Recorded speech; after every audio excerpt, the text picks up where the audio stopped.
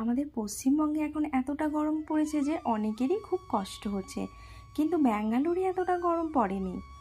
কেন জানেন? কারণ এখানে গাছপালায় পরিপূর্ণ। আমি কাজল, ভ্লগ বাই কাজলের নতুন একটি ভ্লগে বড়দের প্রণাম জানাই আর ছোটদের স্নেহ ভরা ভালোবাসা। সকাল সকাল রান্নাঘরে রান্না করতে চলে এসেছি, আর আজকে বানাবো ছোলার ডালের পুরি। সেই জন্য ডালটা আগে ভাগেই সিদ্ধ করে রেখে দিয়েছি, আর এখানে চলুন আটাটা মেখে নিই। জানেন তো বন্ধুরা, ব্যাঙ্গালোরে একটা জিনিস আমার খুব ভালো লাগে।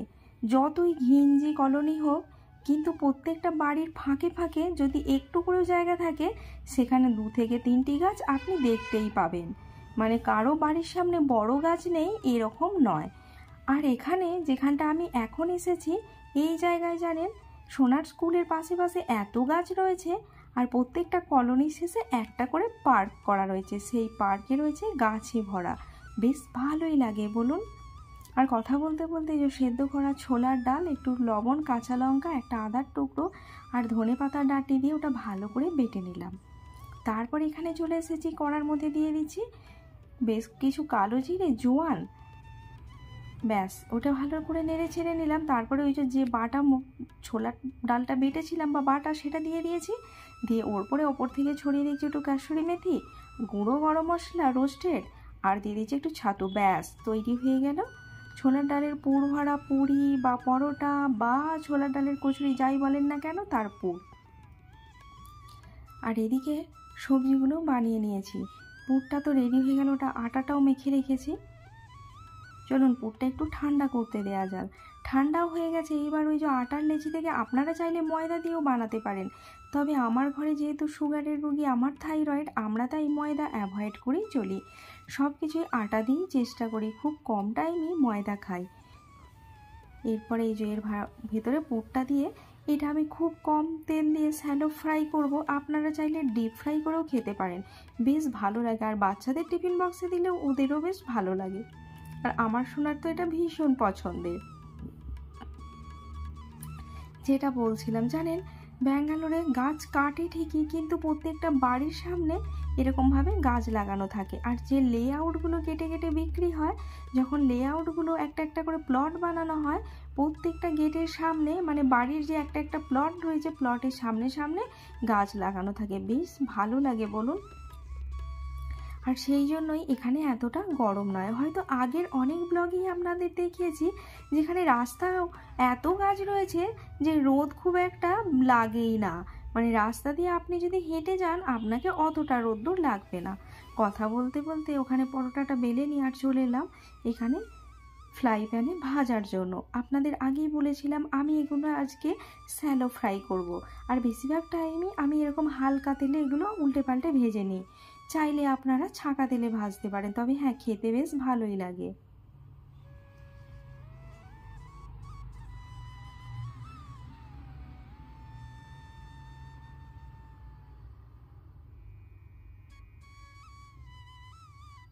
আর জানেন এইরকম বেশ চানার পুর দেওয়া পুরির সাথে চানার ডাল এইভাবে বেশ ভালোই লাগে। মানে পেঁয়াজ রসুন আদা কষে ওর মধ্যে চানার ডাল সেদ্ধ দিয়ে, তারপরে ওপর থেকে একটু গরম মশলা দিয়ে, আর এখানে চানার ডালটা এটাও বেটে নিতে হয়, পাতলা পাতলা হয়, আর কিন্তু ওটা ঘন হয় আর থিকনেস হয়, গোটা গোটা ডাল থাকে না। ওটা খেতে ভীষণ ভালো লাগে। এরই ফাঁকে বড়মশাইকে চা দিয়ে চলে এসেছি। তারপরে এই যে বড়মশাই টিফিন বক্স গোছাতে শুরু করে দিয়েছি। ওটা ছিল ওর স্ন্যাক্সের জন্য, আর লাঞ্চও গুছিয়ে দিয়েছি। আর এই যে তারপর আমি আমার খাবার নিয়ে চলে এসেছি। আমি এখানে নিয়েছি কালকের বেঁচে যাওয়া তরকার ছিল, ওই তরকাটা। আর জানেন আমার 3 দিন ধরে ঘর গোছানো হয়নি। জামা কাপড় পুরো মনে হচ্ছে যেন কোন এক দোকান থেকে আমি একদম লরি ভর্তি করে নিয়ে এসেছি, সেগুলো জমানো আছে। তো চলুন আজকে সেই জামা কাপড়গুলো গুছিয়ে রাখি ভালো করে, কারণ বেশ কদিন ধরেই গোছানো হয়নি শরীরটা ভালো না থাকার জন্য।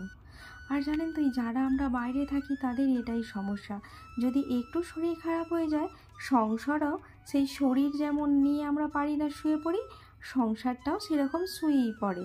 এই যে তারপরে যখন উঠবো, তখন মনে হয় যে কোথা থেকে কোনটা করব খুঁজে পাই না। এত জামা কাপড় বিছানার উপর জড়ো করা ছিল যে ভাবতেই পারছিলাম না ওগুলো কি করে গুছিয়ে তুলবো। তো যাই হোক, ফাইনালি লাস্ট পর্যন্ত এগুলোকে গুছিয়ে তুলতে শুরু করেছি। আশা করি সব যেখানে যেটা রাখার গুছিয়ে তোলা হয়ে যাবে। বাড়িতে থাকলে কি হয় বলুন তো, কেউ না কেউ থাকে অন্তত কমপক্ষে কিছুটা হলেও হেল্প করে দেয়। বাইরে থাকার এটাই জ্বালা। আবার সব থেকে বড় সমস্যা, যদি বাবা মা দুজনেই অসুস্থ হয়ে পড়ে তখন সন্তানকে কে দেখবে, সেটাও একটা সমস্যার জীবন। আর কথা বলতে বলতে জামা কাপড় গুছিয়ে দুপুরের খাবার দাবার খেয়ে চলে এসেছি। আগের দিন যে পার্কটা এসেছিলাম ওই পার্কে নয়, এটা একটা অন্য পার্ক। বললাম না, একটা একটা লেআউট শেষ হয়েছে আর একটা করে পার্ক বানানো রয়েছে। এই পার্কটা ছোটোখাটো কিন্তু বেশ সাজানো গোছানো। পার্কে ঢুকে এখানে একটা বেঞ্চ করা ছিল, বেশ কিছু বেঞ্চ করাই আছে। একটা ফাঁকা বেঞ্চ দেখে সোনা আর আমি দুজনে রেস্ট নিতে বসে পড়েছি। তারপরে এই যে চক্কর মারতে শুরু করেছি। পার্কের চারদিকটা বেশ ভালো করে চক্কর মেরে নিলাম, ভালোই লাগলো। আর আশা করি আপনাদেরও ভালো লাগবে। সবুজ গাছগাছালি কার না ভালো লাগে বলুন, কিন্তু তবু আমরা কেটে ফেলছি। আর কি করছি, এসি লাগিয়ে দিচ্ছি। এসি না লাগিয়ে 5টা গাছ বসিয়ে দিন, দেখুন বাড়ির চারিদিকটা আরও বেশি ঠান্ডা হবে। আর আমার ভিডিওগুলো কেমন লাগছে অবশ্যই কমেন্ট করে জানাতে ভুলবেন না। আর যদি চ্যানেলে নতুন হয়ে থাকেন, যদি আমার ভিডিও ভালো লাগে বা আমাকে ভালো লাগে, তাহলে অবশ্যই চ্যানেলটি সাবস্ক্রাইব করে আমার পরিবারের একজন সদস্য হতেই পারেন। আর কথা বলতে বলতে গোটা পার্কটা ঘুরে নিয়েছিলাম। আর জানেন, এখানে পার্কগুলোর আরেকটা বৈশিষ্ট্য হলো, এখানে কিছু ফ্রি হ্যান্ড এক্সারসাইজ করার জন্য এক্সারসাইজের কিছু সরঞ্জাম রাখা থাকে, যেগুলো আপনি ফ্রিতেই ওখানে এক্সারসাইজ করতে পারেন। আর দেখি এখানে বয়স্ক থেকে একদম ছোট বাচ্চা সবাই ওখানে এক্সারসাইজ করতেই থাকে। আর কথা বলতে বলতে সন্ধেও হয়ে গেছে, তাই আমরা পার্ক থেকে বেরোনোর উদ্দেশ্যে গেটের সামনাসামনি চলে এসেছি। আর জানেন বন্ধুরা, ব্যাঙ্গালোরে সারা বছরই প্রায় এই কৃষ্ণচূড়া, রাধাচূড়া আর পলাশ ফুল দেখতে পাওয়া যায়। বেশ ভালো লাগে জানেন, মনটা বেশ ভরে ওঠে।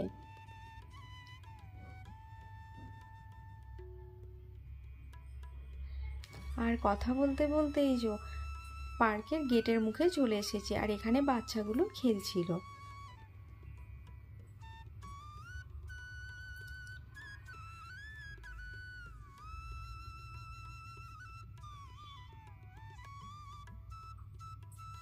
তো চলুন বাইরে বেরিয়ে যাই, রুমে চলে যেতে হবে, তারপর গিয়ে পুজো টুজো করে নিতে হবে। এখন প্রায় সন্ধে হব হব হয়ে এসেছে। আর এই পার্কটা আমি যে লেআউটে থাকি পরের লেআউটটা যেহেতু, সেই জন্য একটু দূরে। আর দেখুন বেরিয়ে এসেছে, আর এখানে দেখুন বাড়ির সামনেগুলোতে, প্রত্যেকটা বাড়ির সামনে বললাম না এরকম গাছ লাগানো আছে, ছোট ছোট ফলের গাছ, পাতাযুক্ত বাহারি গাছ, বেশ বড় বড়। আর তার সাথে নারকেল গাছ তো আছেই। কোনো বাড়ির সামনে খালি পড়ে আছে এরকম না।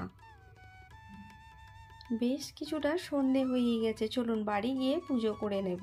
আর এই যে আমার রুমের সামনে চলে এসেছি, এখানটাও বেশ গাছগাছালিতে ভর্তি, সেই জন্য বেশ ভালোই লাগে।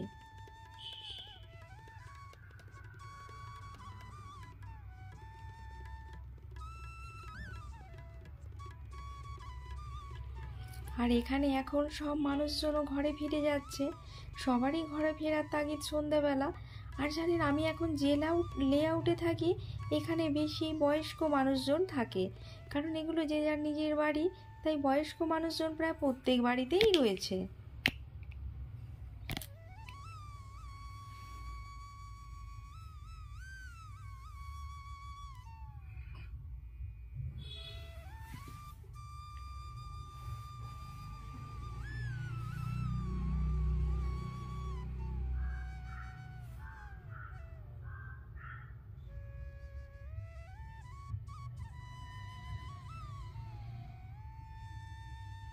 কথা বলতে বলতে যে জঙ্গল পেরিয়ে ঘরে চলে এলাম, তারপর জামা কাপড় ছেড়ে পুজো দিতে বসে গেছি। তো আজকের মতো ব্লগটি এই পর্যন্তই। বাই বাই, সবাই খুব ভালো থাকবেন।